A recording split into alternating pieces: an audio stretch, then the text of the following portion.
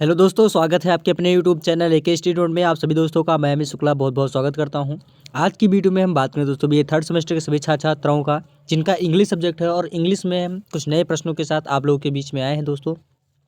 इसमें हम बात करेंगे कुछ नए नए प्रश्नों को जो आपके लिए बहुत ही महत्वपूर्ण है, और आने वाले जो पेपर हैं उसमें ये प्रश्न आपके लिए बहुत ही इम्पोर्टेंट है, और आपको एक पढ़ने का रिहर्सल भी क्लियर हो जाएगा और अच्छे से आप लोग तैयारी भी कर लेंगे। तो जिन छात्र छात्राओं का पेपर चल रहा है तो सभी लोगों के लिए बहुत ही महत्वपूर्ण है दोस्तों। अगर चैनल में आप नए हैं तो चैनल को लाइक कर दीजिए, और इस वीडियो को लाइक कर दीजिए, चैनल को सब्सक्राइब कर दीजिए, एक दूसरे को वीडियो को जरूर शेयर करते हैं दोस्तों। और फटाफट हम आगे की तरफ रुख करते हुए, टाइम कम है और पढ़ने को ज़्यादा है तो दोस्तों हम अच्छे से पढ़ेंगे इसी के साथ। तो आइए दोस्तों चलते हैं क्लास की तरफ। अब हम यहाँ पे पढ़ेंगे 60 आंसरों के साथ दोस्तों। 60 आंसर में आपका 13वें नंबर से स्टार्ट करते हैं क्वेश्चंस को। इसमें है व्हाट इज़ क्लोसेट ड्रामा, यानी कि इससे पहले मैंने आपको 10 से लेके और 12-13 तक आपको क्वेश्चन क्लियर कर दिए थे। जो बचे हुए क्वेश्चन है वो आपको क्लियर करते चलेंगे, क्योंकि ये सारे प्रश्न आपके लिए वैल्यूएबल प्रश्न है, और हम आपको एक एक प्रश्न क्लियर करके बताएंगे। अब सबसे पहले आप पढ़ेंगे इसमें क्लोसेट ड्रामा के बारे में, कि क्लोजेट ड्रामा में आपका what is closet drama, closet drama के बारे में क्या है इसमें आप पढ़ेंगे। तो इसमें आंसर में आप लिख सकते हैं दोस्तों कि they are the play not meant for the performance on the stage, यानी कि जिस स्टेज से आप गुजर रहे हैं उस प्लेटफॉर्म को आपको परफॉर्मेंस की ज़रूरत है, यानी कि आपको उस स्टेज की परफॉर्मेंस की ज़रूरत है, और आप उसको परफॉर्मेंस को क्लियर करते चलिए। The feature the feature high thinking, philosophic and rhetoric thought, यानी कि इसमें जो फीचर दिया गया है उसमें जो दर्शनीय सोच है उसको किस तरीके से लिखा है, यानी Henry A Beers considers closet drama a quite legitimate product of literary art, they are entirely based on dialogues.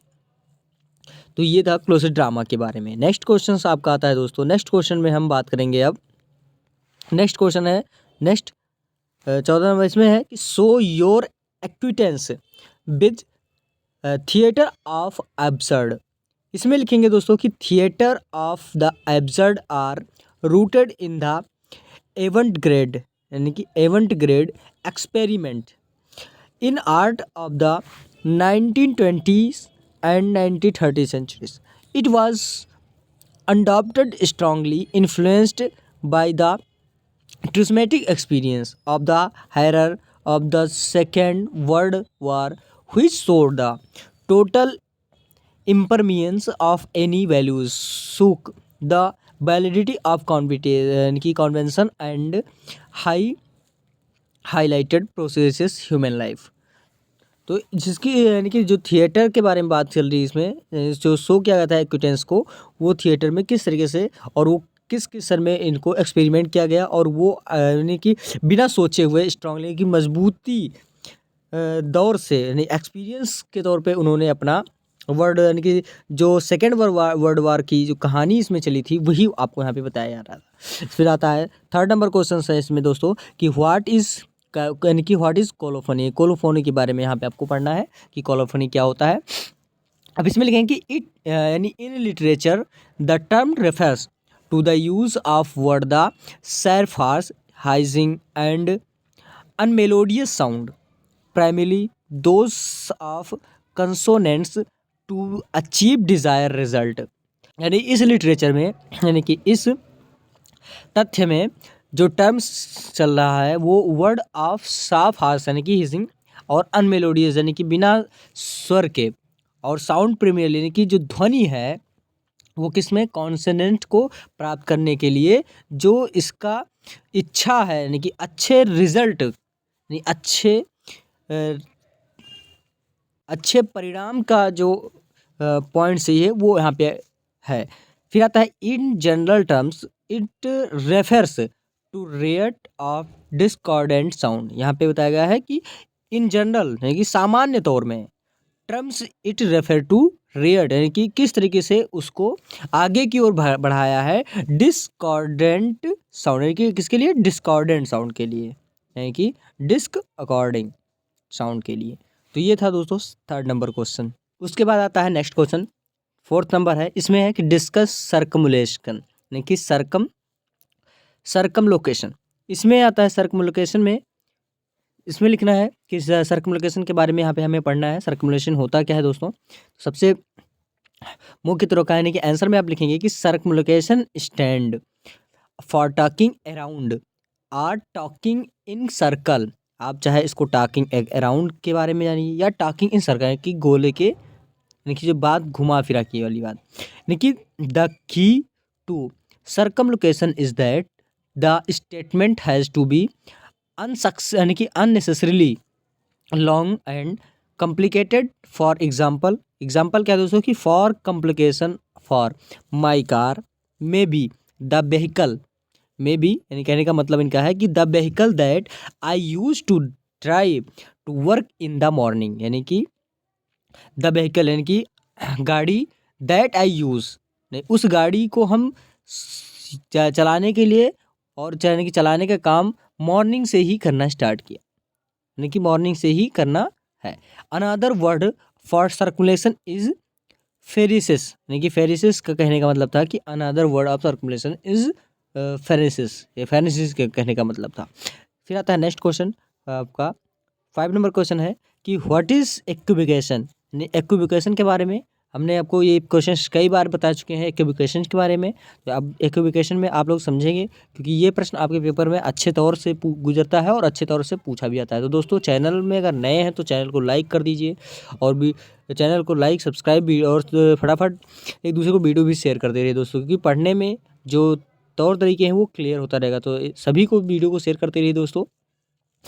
अब आता है इसमें कि equivocation is a technique for the use of language which is made बियर्स deliberately which allows everyone to think that speaker agree with them।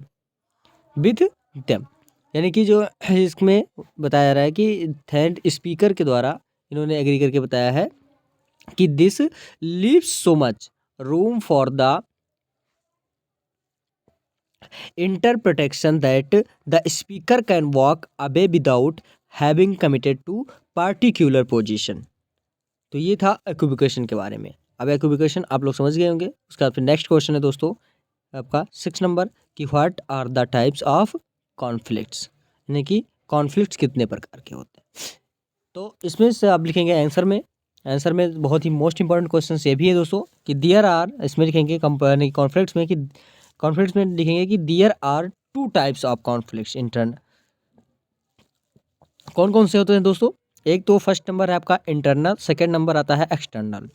इसमें है कि the internal conflict, internal में आप पढ़ेंगे कि the internal conflict is mind versus body और mind versus mind and mind versus.